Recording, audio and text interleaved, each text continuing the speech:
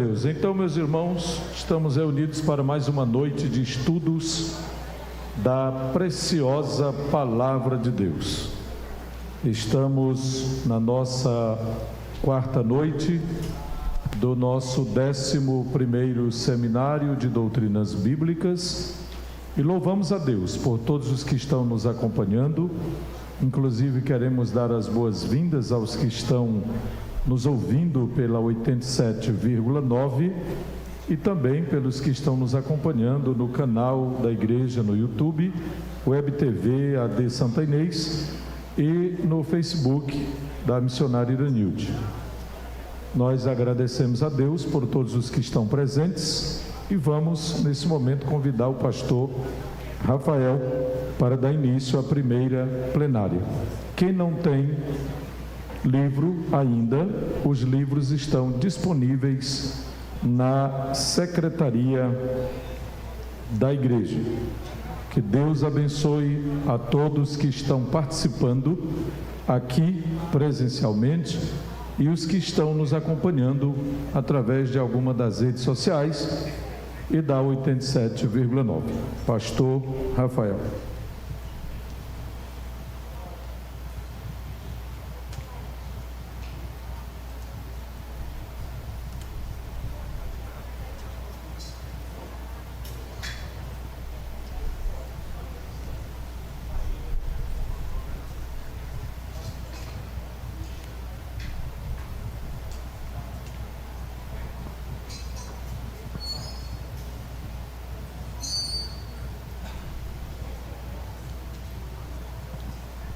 Prezados irmãos, cumprimentamos a todos com a paz do Senhor, aos irmãos, irmãs e amigos que estão nos acompanhando, estão também participando do seminário, 11º Seminário de Doutrinas Bíblicas, através das nossas redes sociais, dos canais de comunicação online desta igreja. Deus abençoe a todos, em nome de Jesus. Queremos agradecer a Deus pela oportunidade, ao nosso pastor presidente, pela confiança de mais uma vez nos conceder esta valiosa oportunidade em que nós nos sentimos honrados, desafiados pela tamanha responsabilidade. Nós convidamos a todos, para todos os que têm o seu livro do seminário, abri-lo na página de número 45. Hoje nós vamos estudar, ou neste momento, nesta plenária, vamos estudar a doutrina bíblica da ceia do Senhor. A doutrina bíblica da ceia do Senhor. Meus irmãos, nós organizamos alguns slides. Todo o conteúdo que está no livro está nos slides que preparamos, e mais alguma coisa também, mais outros conteúdos que não foi possível adicionarmos no livro, mas nós trouxemos aqui para apresentar aos irmãos. Portanto, quem quiser acompanhar no livro, acompanhe. Quem quiser acompanhar pelo telão, acompanhe. Nós vamos seguindo no nosso estudo, ok? Então, está aí só a apresentação, a doutrina bíblica da Santa Ceia. Próximo slide. Muito bem, nós escolhemos dois textos bíblicos. O primeiro foi este, de Mateus 26 a 28, que diz: Enquanto comiam, Jesus tomou o pão e, abençoando, o partiu e o deu aos discípulos e disse: Tomai e comei, isto é o meu corpo. Versículo 27, por favor, os irmãos.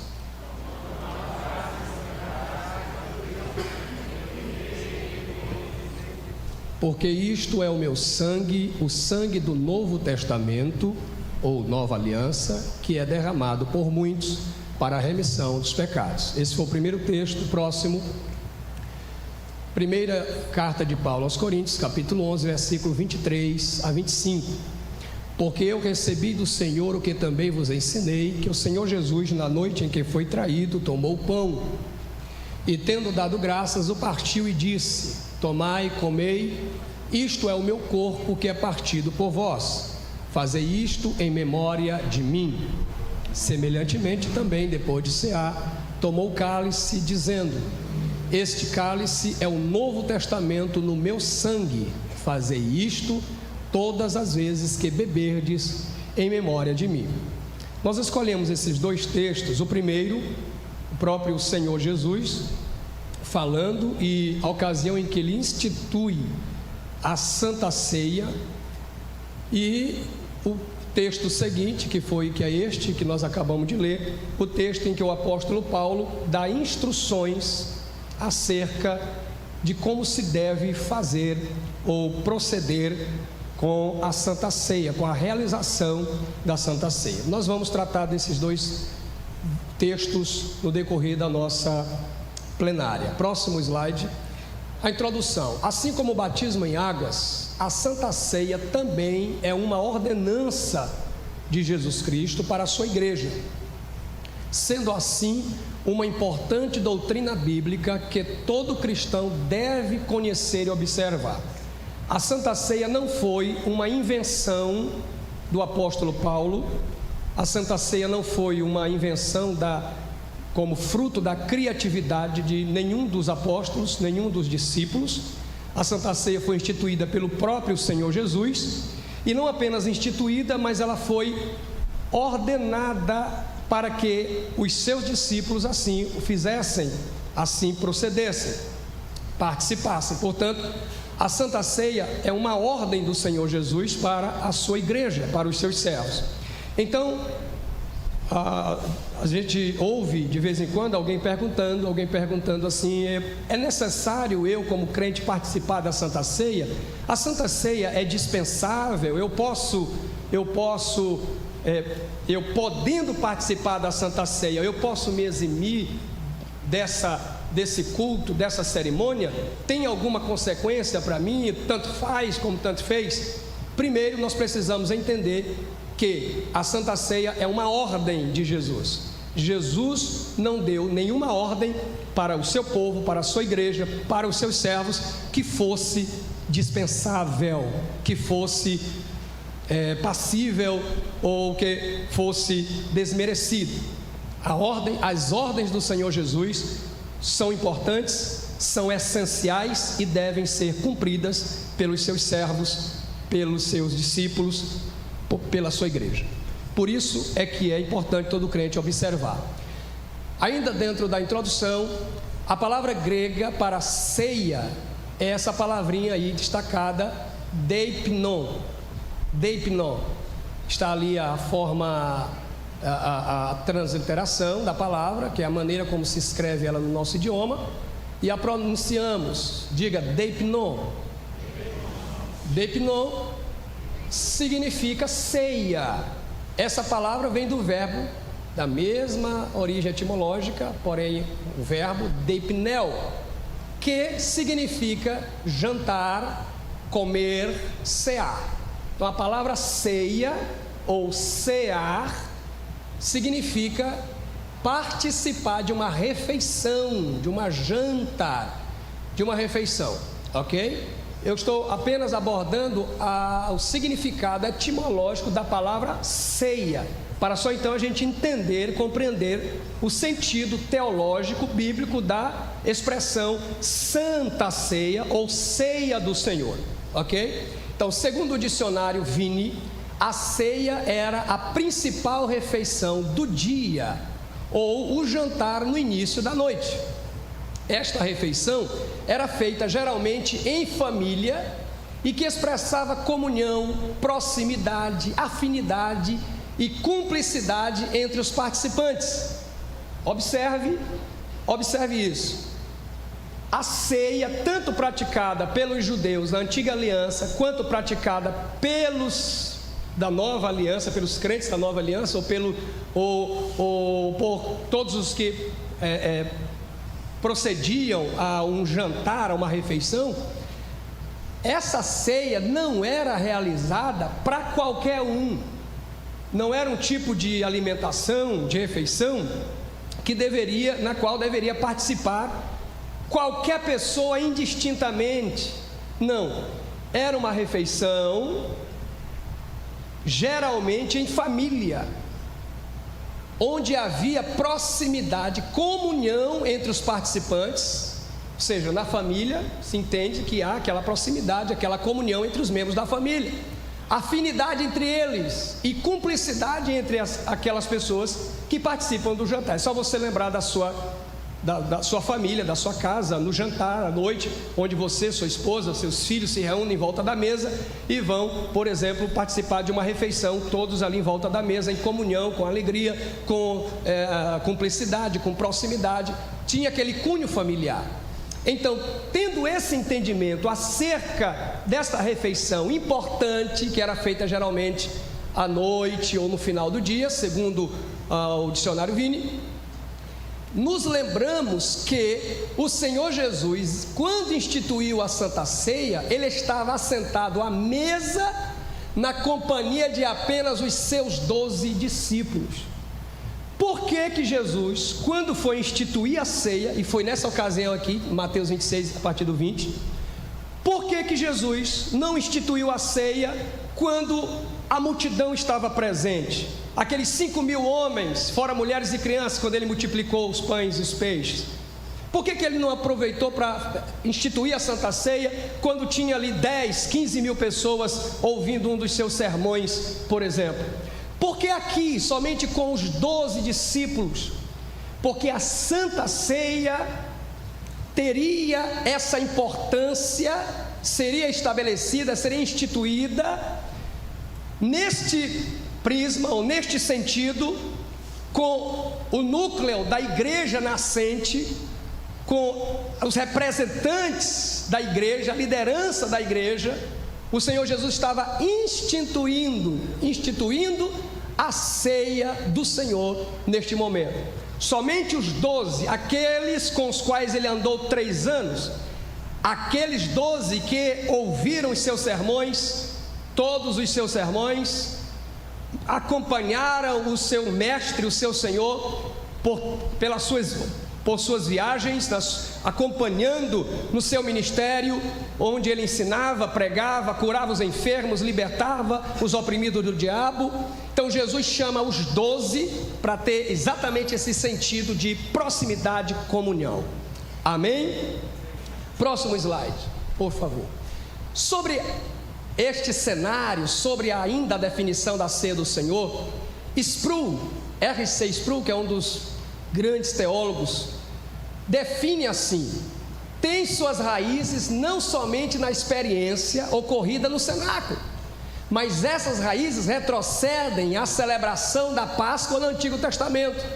Na verdade, recordamos que antes de Jesus instituir a ceia do Senhor no cenáculo, havia dado ordens aos seus discípulos, no sentido de que arranjasse uma sala com o propósito de se reunirem por ocasião da Páscoa, porque ele estava entrando em sua paixão.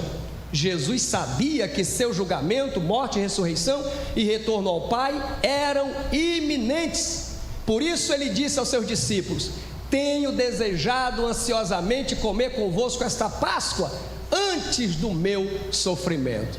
Então observe aí que a ceia do Senhor, para que a gente compreenda, para que a gente possa ter um entendimento melhor acerca dessa doutrina neotestamentária, é muito importante que a gente compreenda que o Senhor Jesus era judeu, habitava no meio do povo judeu, vivia a cultura judaica, ou cumpria as leis do povo judeu, dadas por Deus. Jesus cumpriu toda a lei.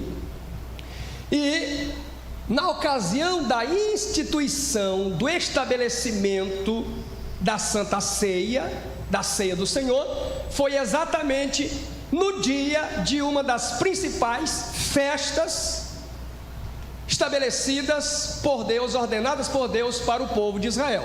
Próximo slide fala um pouco sobre isso.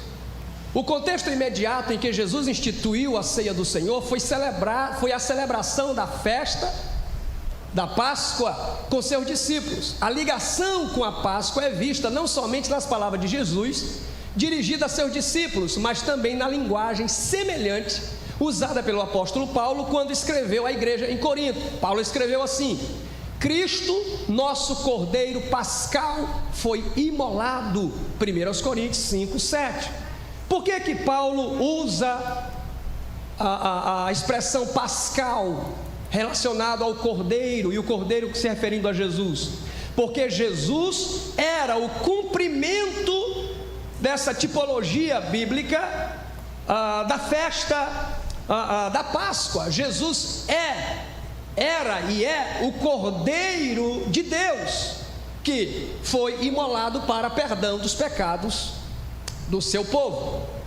Por isso é muito importante a gente compreender Pascal. Por que Pascal, né? É claro que a comunidade apostólica percebia essa ligação entre a morte de Cristo e a celebração da Páscoa no Antigo Testamento. Para compreendermos isso, temos de olhar as páginas do Antigo Testamento que nos dão o contexto histórico da instituição da Páscoa, né? Então, próximo slide, por favor. Eu fiz aqui um breve resumo histórico, né, para que a gente possa se encontrar dentro deste assunto que estamos abordando. Portanto, para uma melhor compreensão dessa doutrina bíblica, devemos considerar que Jesus era judeu, habitava entre os judeus e que ele instituiu a ordenança da Santa Ceia no dia em que os judeus celebravam uma de suas principais festas memoriais ordenadas por Deus a Israel. Eu até já falei, a Páscoa. Havia em Israel 7 principais festas anuais instituídas por Deus para o seu povo. Próximo slide, nós apresentamos aqui de maneira panorâmica estas 7 principais festas. Não eram só estas, mas outras também, porém as 7 principais. Então, todas as referências bíblicas que mostram a ordenança, a ordem de Deus para estas festas estão aí. A primeira, qual era? Todos juntos? Digam, a festa da Páscoa. A segunda festa? A festa dos pães asmos. A terceira? A festa das primícias. A quarta? A festa de Pentecostes. A quinta? A festa das trombetas. A sexta? A festa da expiação. E sétima? A festa dos tabernáculos. Cada uma destas festas tem um sentido muito extraordinário, profundo, com uma aplicação extraordinária no Novo Testamento, com um cumprimento. Na verdade, estas festas eram tipos da manifestação do Senhor Jesus, da obra redentora do Senhor Jesus. Mas, não sendo possível falar de todas elas, nós queremos apenas pincelar as 2 primeiras, que trazem aqui o embasamento histórico veterotestamentário para o nosso assunto. Por isso nós vamos destacar as 2 primeiras. Próximo slide. As festas da Páscoa e dos pães asmos. A festa da Páscoa durava apenas um dia e era celebrada no dia 14 do mês de Nissan, a Bíblia, que corresponde aos nossos meses março, abril, conforme Êxodo 12, 1 a 6, e ocorria no mesmo dia em que tinha início a festa dos pães asmos, ok? Aí vem a descrição. A festa dos pães asmos, por sua vez, durava 7 dias, tendo a sua conclusão no dia 21 do mesmo mês, conforme Êxodo 12, 18. Durante uma semana, os judeus comiam somente pães sem fermento, os pães asmos, para se lembrarem da urgência com que foram libertados da escravidão do Egito, conforme está em Êxodo 12, 34, 39. A festa da Páscoa, por sua vez, celebrava o livramento da morte e a libertação do povo judeu da escravidão egípcia. Após 400 anos de servidão, Deus envia Moisés para libertar o seu povo, mas, mediante a dureza do coração de Faraó em resistir contra a ordem divina de deixar sair os israelitas, Deus fez recair sobre o Egito 10 terríveis pragas, sendo a última delas a morte dos primogênitos de todo o Egito.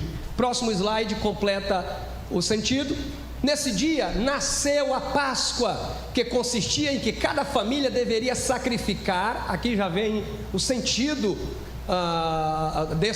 dessa cerimônia no Antigo Testamento, dessa festa, que consistia em que cada família deveria sacrificar um cordeiro e aspergir o seu sangue nos umbrais das portas de sua própria casa, para que não houvesse morte em nenhum dos lares do povo judeu. Você conhece a história, conforme está registrado em Êxodo 12.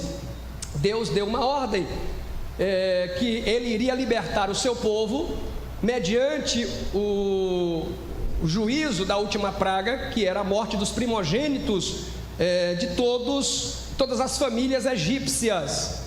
E Deus então deu uma ordem dizendo para as famílias dos judeus que cada família imolasse um cordeiro e o sangue daquele cordeiro aspergisse nos umbrais da porta da sua casa, e toda a família permanecesse dentro de casa enquanto que o sangue estivesse na porta da sua própria casa, e a família se alimentasse daquele cordeiro assado. Observe ali o contexto de família, de proximidade, né? Enquanto aguardavam o operar de Deus. E a operação de Deus veio enviando o anjo do Senhor, que, passando pelo Egito, em todas as casas dos egípcios, onde obviamente não havia o sangue do cordeiro que foi imolado por ordem de Deus, então havia e houve morte do primogênito, daquela família, de cada família, inclusive chegando até a casa real, a casa de Faraó. Quando o anjo chegava próximo à casa dos judeus, via a marca do sangue do cordeiro nos umbrais das portas. Então a Bíblia diz que o anjo passava por cima daquela casa.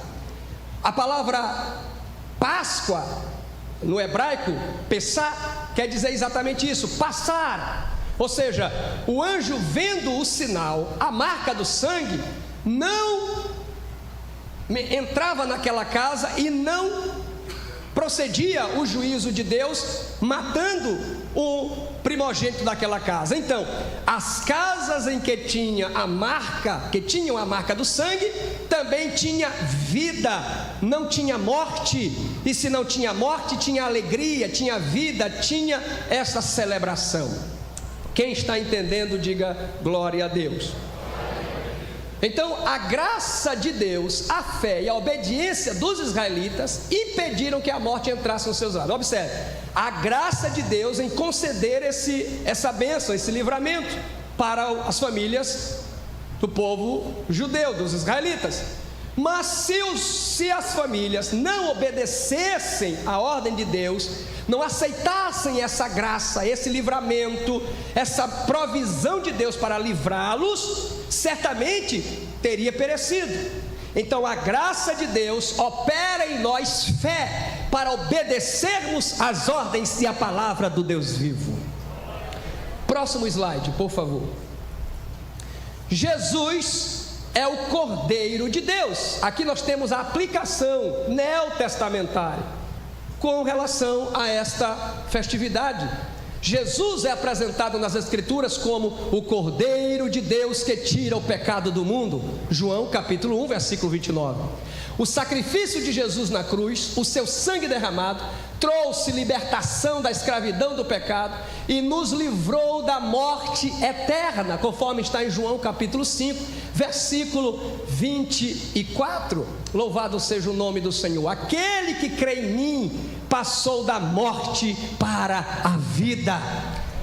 Antes de Jesus instituir a Santa Ceia, conforme está em Mateus 26, 26 a 28, os discípulos esperavam, presta atenção nisso aqui, os discípulos não tinham ainda a ideia do que Jesus estava prestes a fazer naquela última ceia, naquela última Páscoa que Jesus participou.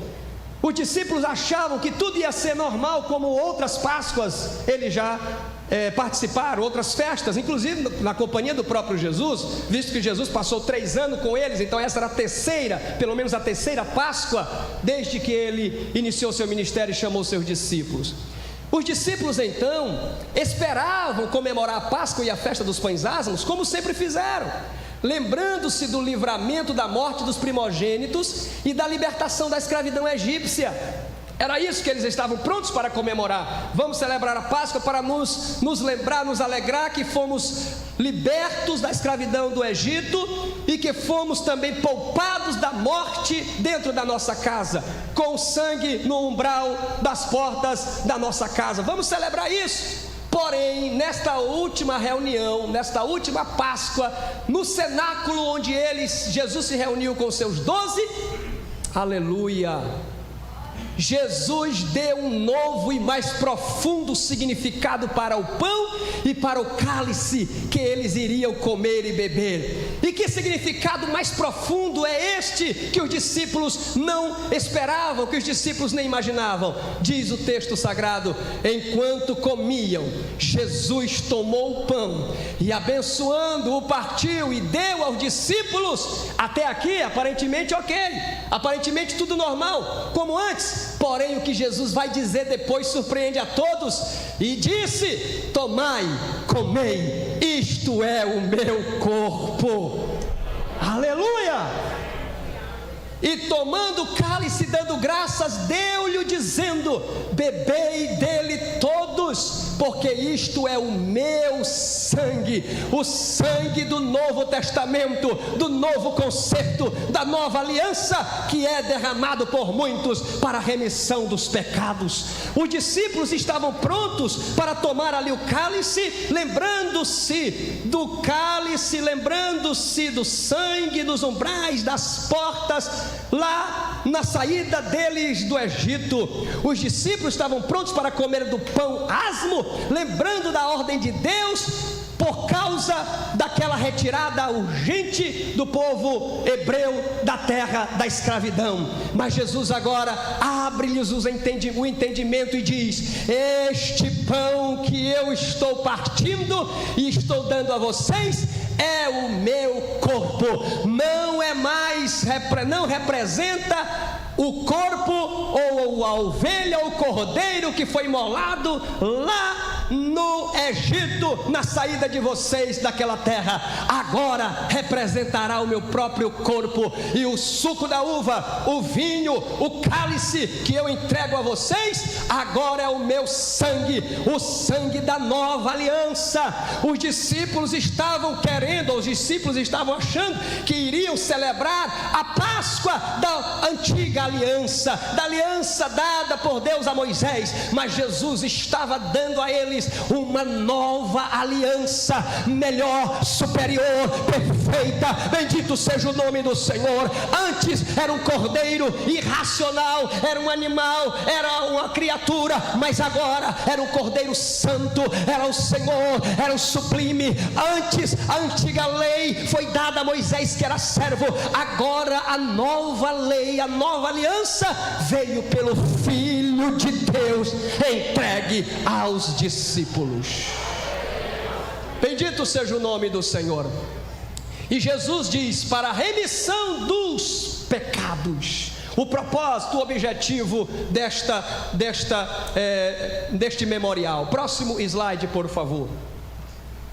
O cálice que antes representava o sangue do cordeiro, que foi posto nos umbrais das portas dos israelitas e que os livrou da morte física e marcou o princípio de sua liberdade da escravidão no Egito, agora simbolizava o sangue do próprio Jesus, que seria derramado na cruz e que os livraria da morte eterna, e que também lhes daria uma libertação muito maior, sem precedente, a libertação do jugo do pecado.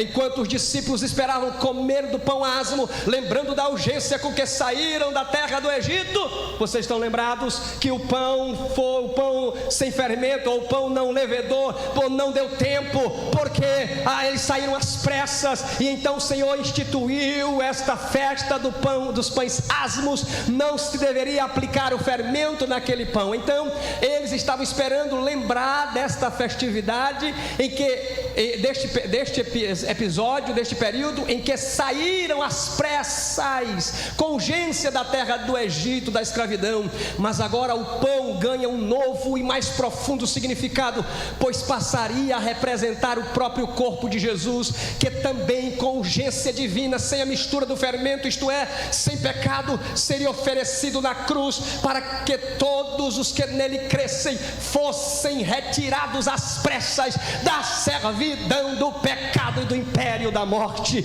É por isso que quando alguém aceita Jesus como Salvador, o Senhor, o Espírito Santo não espera 1 dia, 2 dias para operar salvação na vida dele, é algo imediato, entregando a vida para Jesus e o Senhor retirando, arrancando do império das trevas.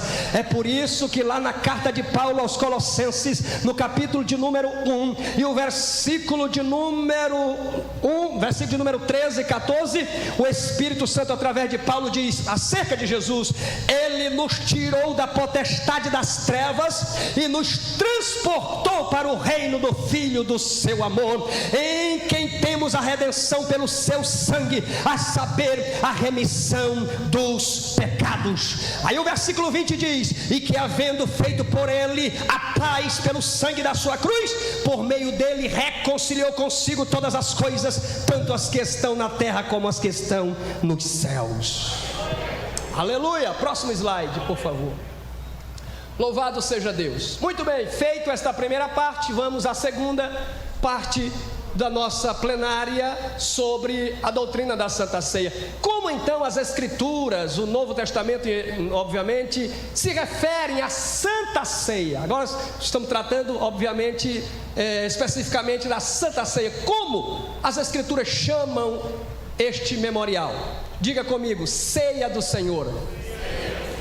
É uma forma, é uma maneira como a Bíblia, os escritores sagrados, o Espírito Santo chama este memorial, ceia do Senhor, ceia do Senhor, deipnon tu Kyrio, que é a forma como aparece no texto grego, ceia do Senhor, como está em 1 aos Coríntios 11:20, de sorte que quando vos ajuntais num lugar, não é para comer a ceia do Senhor. Aqui o apóstolo Paulo está corrigindo a igreja de Corinto, porque estavam procedendo mal com respeito à ceia do Senhor. Nós vamos tratar mais à frente um pouco sobre isso. Também é chamada de quê? Número 2, a mesa do Senhor, a Santa Ceia. Por isso que nos nossos cultos de Santa Ceia, você ouve, vez por outra, ou se não sempre, o pastor celebrante dizendo: cercaremos a mesa do Senhor. É uma expressão bíblica, mesa do Senhor, conforme 1 Coríntios 10:21. Não podeis beber o cálice do Senhor e o cálice dos demônios. Não podeis ser participantes da mesa do Senhor e da mesa dos demônios. Aqui o Espírito Santo, pelo apóstolo Paulo, instruindo, corrigindo a igreja de Corinto. Observe no capítulo anterior ao capítulo 11, o capítulo 10, e vem de lá, o apóstolo Paulo começa a tratar sobre esse assunto. Então, o apóstolo Paulo, pelo Espírito Santo, ensinando a igreja. Isso significa dizer o quê? Que o Senhor quer exclusividade. A ceia do Senhor não é para ser misturada, não é para ser envolvida com outra qualquer cerimônia à parte, extra-bíblica e principalmente contrária à vontade de Deus. O Senhor não aceita qualquer um participando da mesa do Senhor. Veja, o apóstolo Paulo está dizendo: não podeis beber o cálice do Senhor e o cálice dos demônios. Tinha gente que participava de cerimônias dedicadas a ídolos lá em Corinto, estavam na igreja e queriam participar da ceia do Senhor. E o apóstolo Paulo está corrigindo, e ele diz: o cálice que não podeis beber, o cálice do Senhor e o cálice dos demônios, não podeis ser participantes da mesa do Senhor, da mesa dos demônios, ou uma coisa ou outra. Eu me lembro do profeta Elias, quando chamou o povo e disse: até quando cocheareis entre dois pensamentos? Se o Senhor é Deus, seguiu, e se Baal, então seguiu. Eu me lembro de Josué bradando para o povo, dizendo: a quem vocês querem servir? Eu e a minha família, no entanto, eu e a minha casa serviremos ao Senhor. Se era assim no Antigo Testamento, imagine na Nova Aliança. O Senhor quer exclusividade, porque o seu povo é um povo santo, separado, comprado com o sangue do Cordeiro de Deus, que é o Senhor Jesus. Próximo slide, por favor. Também é chamado de o partir do pão. Atos 20, versículo 7, no primeiro dia da semana, ajuntando-se os discípulos para partir o pão, Paulo, que havia de partir no dia seguinte, falava com eles e alargou-se a prática até a meia-noite. Olha aí o culto, não sabemos a que hora de fato começou, mas aqui está dito que alargou-se, ou seja, dando a entender que o culto demorou um pouco mais, para não dizer muito, foi até a meia-noite. Um culto de Santa Ceia, onde o partir do pão aconteceria. Paulo ensinou, Paulo corrigiu, Paulo abriu as Escrituras e celebrou a ceia do Senhor, chamada aqui o partir do pão. Também é chamado de cálice de bênção e partir do pão, ao mesmo tempo, conforme nós já até vimos. Porventura, o cálice de bênção que abençoamos não é a comunhão do sangue de Cristo? O pão que partimos não é porventura a comunhão do corpo de Cristo? Igreja, quando nós participamos da ceia, dos elementos simbólicos do corpo e do sangue, nós estamos testificando, nós estamos dizendo, ou nós estamos crendo, nós estamos confirmando, concordando com a palavra, que estamos em comunhão com Deus, comunhão com o Senhor Jesus, comunhão com a igreja, comunhão por causa do perdão dos pecados, comunhão com o sangue de Jesus, que remiu-nos de todo o pecado. Participar da Santa Ceia não é para se ter perdão de pecados. Participar da Santa Ceia não é para se ter a salvação. Não! Para se ter perdão de pecados e a salvação, é aceitar primeiro ao Senhor Jesus como único e suficiente Salvador. É aceitar o Senhor Jesus como único e suficiente Salvador. Porque a Santa Ceia é para quem já é salvo, é para quem já é perdoado, é para quem já é crente, é para quem já está em comunhão, é para quem está em plena comunhão com o Senhor Jesus. Aleluia. Próximo slide. O que a Bíblia nos ensina sobre a Santa Ceia? Primeiro, é um memorial de Cristo. 1 Coríntios 11, 24 a 25. O que é a Santa Ceia? É um memorial, lembre sempre disso. Memorial. De quem? De Cristo. Não se pode participar da ceia trazendo à memória qualquer outro ser. Pode ser anjo, arcanjo, querubim. Pode ser um líder mais famoso que seja, vivo ou morto. Não se deve participar da ceia trazendo à memória qualquer outra coisa do presente, do passado, do porvir. O que deve ocupar a mente do crente na hora da ceia do Senhor é a pessoa bendita de Cristo Jesus. É o memorial dele.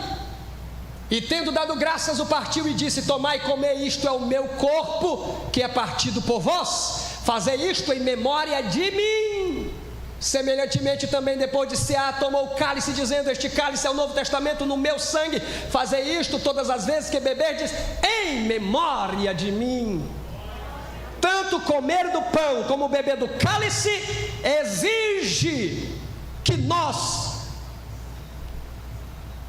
venhamos a nos lembrar de Cristo Jesus. Caso contrário, aquele pão e aquele cálice não vão passar de uma mera refeição, sem nenhum proveito espiritual para a tua vida, para a nossa vida. Próximo slide. também, além de ser um memorial de Cristo, é um testemunho da morte, da ressurreição e da segunda vinda de Jesus. Conforme 1 Coríntios 11, 26, o que está escrito lá? Porque todas as vezes que comerdes este pão e beberdes este cálice, anunciais o quê?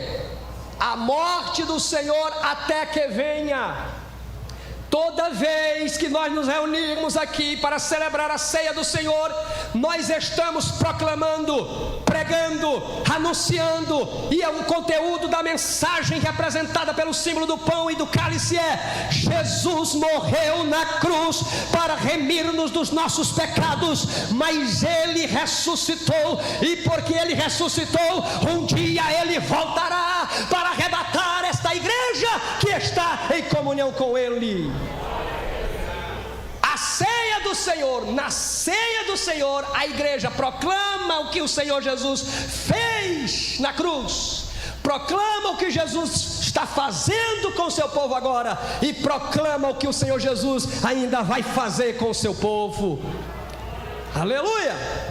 Bendito seja o nome do Senhor. A visão tríplice aí: passado, presente e futuro. Anunciais a morte do Senhor. Jesus já morreu na cruz, até que Ele venha, Ele ainda virá. Futuro. A ceia do Senhor também anuncia a nova aliança, conforme esses textos, Mateus 26, 28, 1 Coríntios 11, 25. Eu escolhi aqui o texto de Mateus 26, 28, porque isto é o meu sangue, o sangue do Novo Testamento, que é derramado por muitos para a remissão dos pecados. Próximo slide, por favor. Então, a ceia do Senhor anuncia essa nova aliança. Nós não estamos comemorando a Páscoa no sentido, comemorando a Páscoa no sentido estabelecida por Moisés. Nós estamos celebrando a ceia do Senhor. Nós estamos celebrando a nova aliança no sangue de Cristo Jesus, o nosso Salvador. Aleluia! Até hoje os judeus não convertidos a Cristo celebram a Páscoa, comemorando a libertação deles da escravidão do Egito. Celebram a festa dos pães asmos, comemorando a urgência com que Deus os tirou da servidão do Egito. Mas nós, aleluia, comemoramos uma aliança muito maior, superior, mais sublime. Comemoramos a libertação do jugo do pecado mediante o sangue derramado de Jesus. O que a Bíblia ainda nos ensina sobre a Santa Ceia, número 4, é um ato de comunhão espiritual do crente com o Senhor Jesus. Porventura o cálice de bênção que abençoamos não é a comunhão do sangue de Cristo? O pão que partimos não é porventura a comunhão do corpo de Cristo? A ceia é um ato de comunhão espiritual do crente com Jesus. Por isso é que o apóstolo Paulo vai dizer mais na frente: examine-se o homem a si mesmo. Nós vamos falar sobre isso já já. O que significa isso? Este exame, em suma, é para saber, para você ter a consciência espiritual de que você está de fato em comunhão com Cristo, porque a ceia é para quem está em comunhão com Ele. O pão e o cálice representam respectivamente o corpo e o sangue do Senhor Jesus. Preste atenção, o pão e o cálice representam, apesar de aparecer no texto Jesus dizendo: tomou o pão, partiu, deu aos discípulos, dizer: este é o meu corpo, não significa dizer que ali o pão é literalmente o corpo de Jesus. Na língua portuguesa existem duas figuras de linguagem, uma chamada metáfora e a outra chamada comparação. Na comparação nós temos, quando alguém usa a figura de linguagem comparação, a pessoa sempre diz assim: isto parece com aquilo, isto é semelhante a aquilo. Sempre usa um conectivo de ligação entre aquilo que está sendo comparado e aquilo que é o objeto da comparação. Obrigado. Mas quando se usa metáfora, não, é direto. Quando a pessoa... Isso você observa em vários lugares, em várias situações, que você diz assim, por exemplo, deixa eu me lembrar de um caso aqui, a pessoa diz assim: meu Deus, as nuvens estão...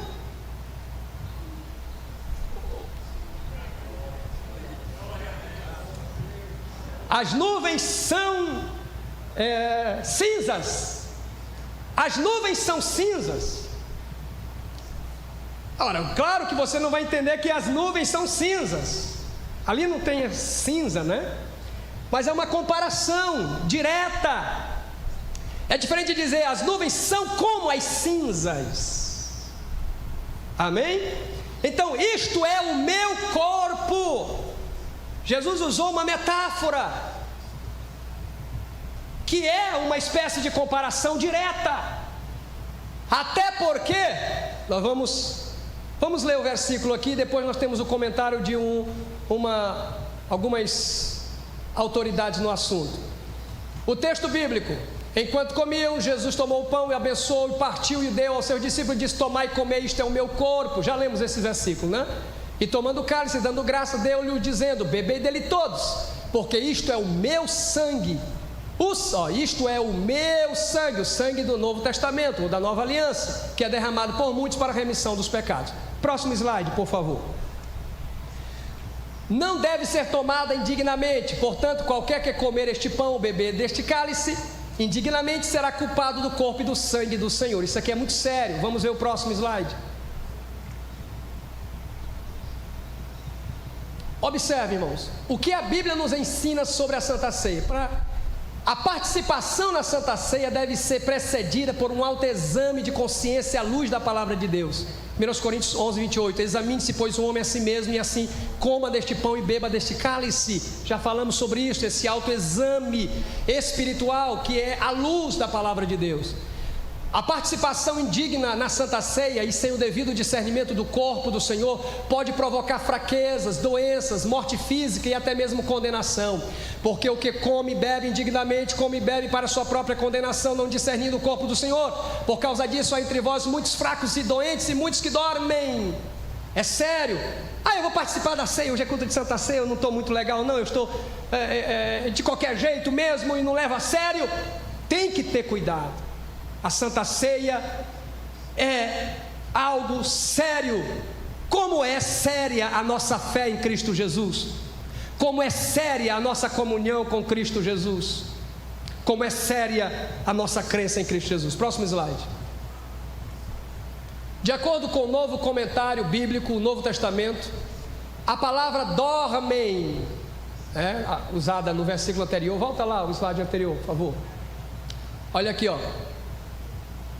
não discernindo o corpo do Senhor, por causa disso há entre vós muitos fracos e doentes e muitos que dormem. Essa expressão dorme, morte de cristãos. Esta passagem se refere à morte precoce, um castigo sofrido por alguns cristãos que não se examinavam à mesa do Senhor. Morte mesmo, morte física. Participar da ceia do Senhor sem discernir o seu corpo. O que é discernir o corpo do Senhor? É entender que o pão que está sendo servido ali representa o corpo santo do Senhor Jesus, representa a comunhão da igreja, que também é simbolizada por este pão, com o Senhor Jesus, representa a comunhão com Cristo Jesus, representa a morte e ressurreição do Senhor, assim como o cálice representa o sangue do Senhor Jesus, a comunhão com o sangue do Senhor Jesus. Próximo slide. Considerações sobre a substância dos elementos da Santa Ceia. Isso aqui, para finalizar, é o seguinte: existem algumas interpretações quanto à substância do pão e do cálice na hora da celebração da ceia do Senhor. Existem pelo menos 3 correntes, que querem crer, querem enunciar essa substância do pão. Primeiro, os que creem na transubstanciação, isto é, que o pão e o vinho se transformam literalmente na carne e no sangue de Jesus durante a ceia. Esta interpretação é defendida por quem? Pelo catolicismo romano. Ou seja, eles acreditam que o elemento que representa o corpo de Jesus, na verdade, é o próprio corpo. Literalmente, irmãos, o corpo, carne, o corpo de Jesus. E o suco da uva, o vinho, na hora da celebração, deixa de ser suco, deixa de ser vinho e passa a ser literalmente sangue. Quando alguém bebe, ele está bebendo o próprio sangue mesmo, literalmente, de Jesus. É claro que nós não cremos nessa doutrina ou nesse preceito acerca dos elementos da ceia. Isso não tem respaldo bíblico, isso não tem nenhum fundamento bíblico. Próximo. Existe a outra corrente, a consubstanciação. Enquanto que a primeira diz que o pão ou a hóstia representa o corpo, ou melhor, é o próprio corpo, e o suco é o próprio sangue, essa corrente já diz que na hora da celebração, então, elementos do corpo literal de Jesus passam a compor o pão, elementos do sangue literalmente passam a compor o vinho. Ou seja, essa corrente ensina que ao comer do pão, você está comendo trigo, pão de trigo, mas na verdade é carne. Você está bebendo suco, mas que na verdade tem sangue de Jesus ali dentro, literalmente. Não é totalmente, mas tem ali dentro. O pão não é totalmente a carne, mas tem a carne de Jesus literalmente ali dentro. Essa doutrina ela é defendida pelos luteranos. E a próxima, e obviamente nós não cremos nessa doutrina, que também não encontramos respaldo bíblico. 3. Nós, porém, não cremos, volte por favor.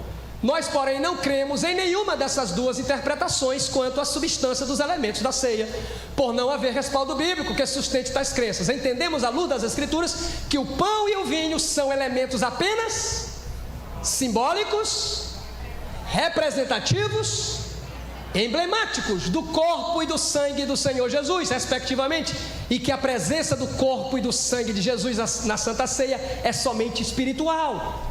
Ou seja, o pão antes da ceia, antes da oração, é pão, é trigo. Durante a oração continua sendo trigo, depois da oração continuará sendo trigo, continuará sendo pão. O suco ou o vinho antes da oração é suco, durante a oração é suco. Pastor, e se for aquela oração poderosa que faz assim, que a igreja pega fogo, então o suco vira sangue e o pão vira carne? Não! Continuam sendo símbolos antes, durante e depois. Porém, a fé da igreja entende que aquele pão representa o corpo de Jesus, que aquele suco representa o sangue de Jesus, e quando a igreja está celebrando a ceia, a presença espiritual de Cristo Jesus é real e é notória no meio sobre a igreja. Aleluia!